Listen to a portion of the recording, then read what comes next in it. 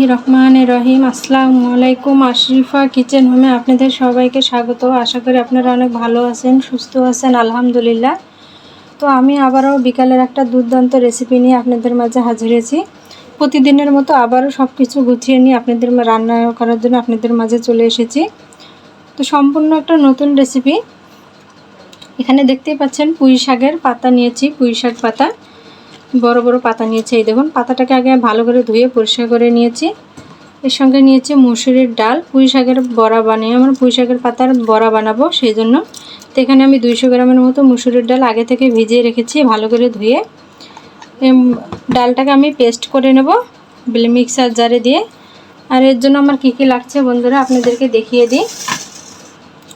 কাঁচামরিচ কুচি, পেঁয়াজ কুচি, পরিমাণ মতো লবণ, হলুদের গুঁড়া, মরিচের গুঁড়া, কালো জিরা নিয়েছি। আর নিয়েছি, আমার কাছে চাল নাই সেই জন্য আমি নিয়েছি চালের গুঁড়ি, আতপ চালের গুঁড়ি। আর নিয়েছি সামান্য 4 চামচ দিয়ে 1 চামচ বেসন। তো চলুন সর্বপ্রথম এই মুসুরির ডালটাকে আমি পেস্ট বানিয়ে নেব মিক্সার জারে। তো দেখুন, মুসুরির ডালটাকে আমি পেস্ট বানিয়ে নিয়েছি, বেটে নিয়েছি। এই দেখুন, একদম পানি ছাড়াই বেটে নিয়েছি। এখানে আমি দিয়ে দেব সামান্য একটু হলুদ গুঁড়ো, পরিমাণ মতো লবণ, পেঁয়াজ কুচি, দিয়ে দেবো কাঁচামরিচ কুচি, সামান্য একটু মরিচের গুঁড়া দিয়ে এটাকে মেখে নেব হাত দিয়ে।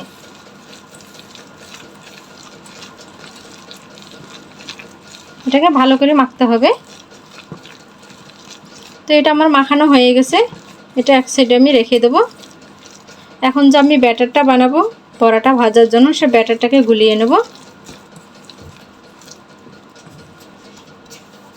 এটা আমি এখন এক সাইডে রেখে দেবো, দিয়ে হাতটা ধুয়ে এই ব্যাটারটাকে ফেটে নেব।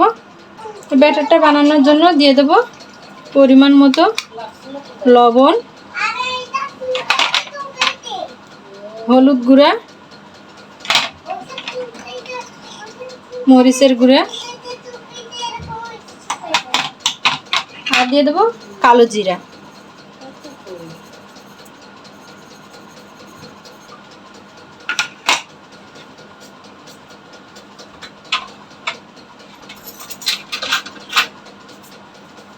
দিয়ে ব্যাটারটাকে আমি এখন একটু ফেটে নেব। হাত দিয়ে আমি মেখে নেব ব্যাটারটাকে।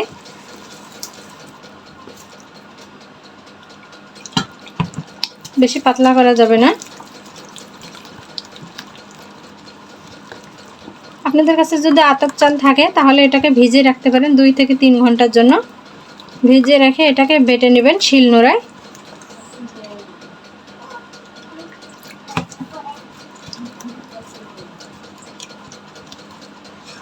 এই যে ব্যাটারটা আমার ফিটানো হয়ে গেছে।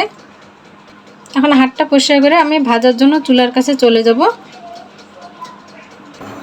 এখন আমি এখানে একটা পুঁই পাতা নিয়েছি। এই যে দেখুন, এই পুঁই পাতাতে দিয়ে দেব ডাল বাটা, দিয়ে এটাকে আবারও ভাজ করে নেব। নিয়ে আবারও এক পিঠে এটা অল্প একটু পুঁই পাতাতে আবার একটু ডাল বাটা দিয়ে দেব। দিয়ে এটাকে আবার এভাবে একটু মুড়িয়ে নেব।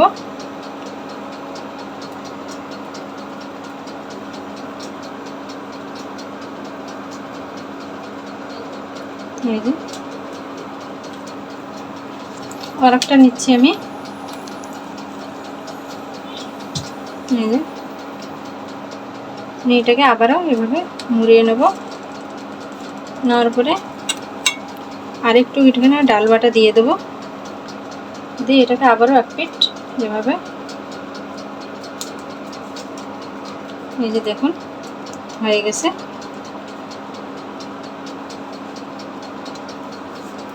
এভাবে আমি সবগুলো বানিয়ে নেব।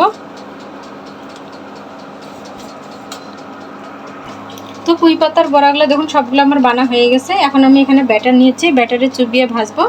চলুন তাহলে এখন চুলার কাছে যাওয়া যাক। চুলে আমি একটা কড়াই বসেছি, কড়াইতে দিয়েছি পর্যাপ্ত পরিমাণ সাদা তেল। তেলটা আমার গরম হয়ে গেছে। এখন আমি এই ব্যাটারের মাঝে পুঁই শাকের পাতাটা চুবিয়ে নেব।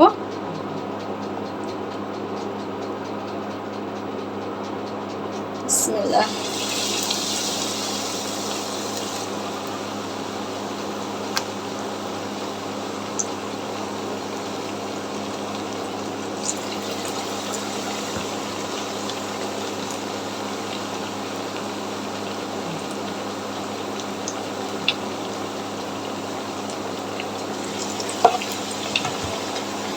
একইভাবে বাকি সবগুলো ভেজে নেব। বড়াগুলো এক পিঠ হয়ে গেলে আরেক পিঠ উল্টে দেব।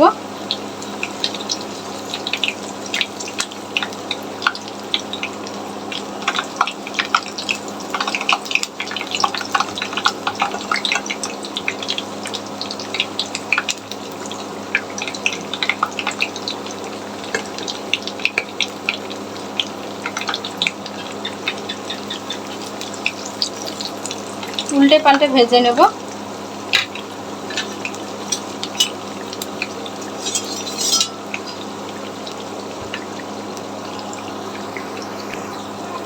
একইভাবে বাকি সবগুলো এভাবে উল্টে পাল্টে ভেজে নেব বড়াগুলো।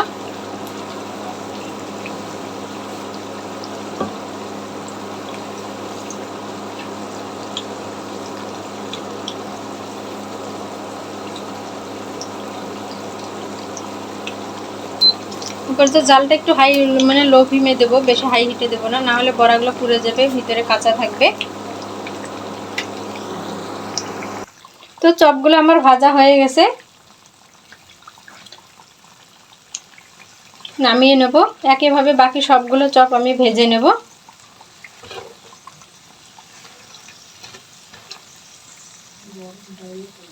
এখন চপগুলো আমি নামিয়ে নিচ্ছি।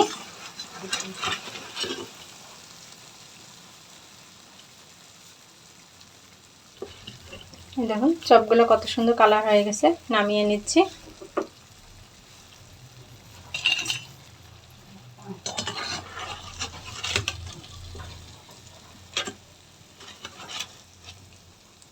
তেলটা একদম ভালো করে ঝরিয়ে নামাতে হবে।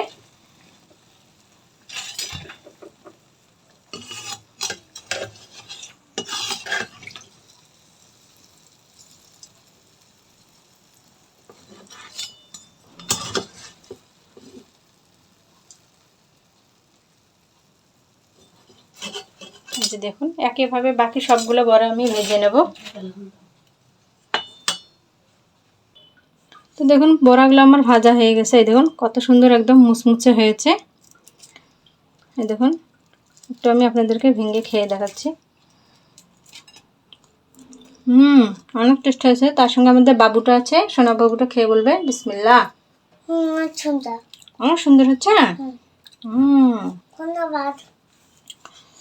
তো আমি বলবো অবশ্যই আপনারা এই রেসিপিটা বাসায় একবার হলেও ট্রাই করে খেয়ে দেখবেন। ছোট থেকে বড় সকলে খুবই পছন্দ করবে। তো দেখা হবে এরকম নিত্য নতুন রেসিপির সঙ্গে। ততক্ষণ পর্যন্ত আপনারা ভালো থাকবেন, সুস্থ থাকবেন। আল্লাহ হাফেজ।